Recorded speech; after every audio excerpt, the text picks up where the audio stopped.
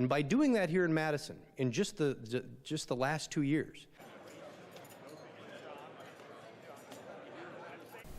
the governor also recognized that we have a real challenge with the dairy processing industry in meeting some of the new environmental regulations that are coming down from EPA. And of course, Department of Natural Resources relationship with the EPA. We have some real challenges that need to be met, and he put in a processor grant program. I can't tell you how it might look because it's not actually passed by the legislature, and I have not had a chance to meet with the industry.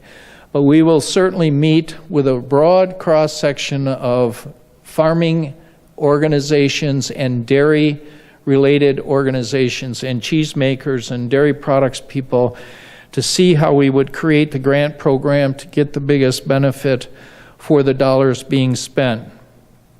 The Discovery Farms program, which is actually at the University of Wisconsin Extension, but is near and dear to my heart because it develops research that helps us meet our challenges in the farming sector.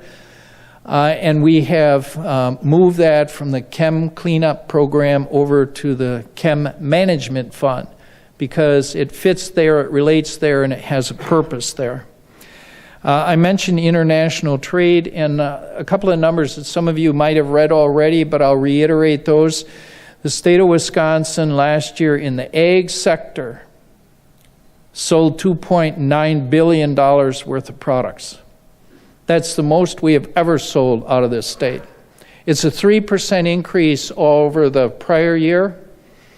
And you say, well, that's not real high percentage-wise.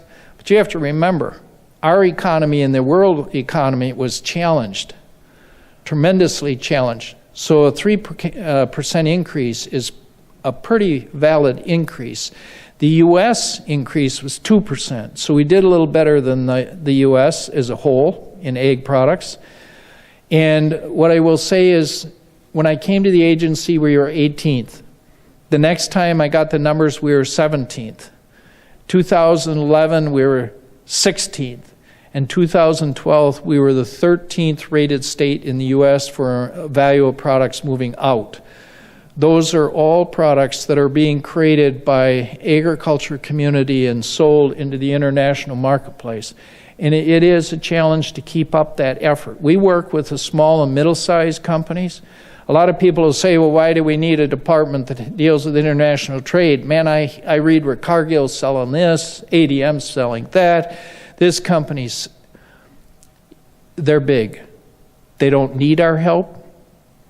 We learn from them, and then we translate that into the smaller and middle-sized companies that have 15 and 20 employees but have a niche product that has maybe an access into some marketplace in China or a niche marketplace in Guatemala.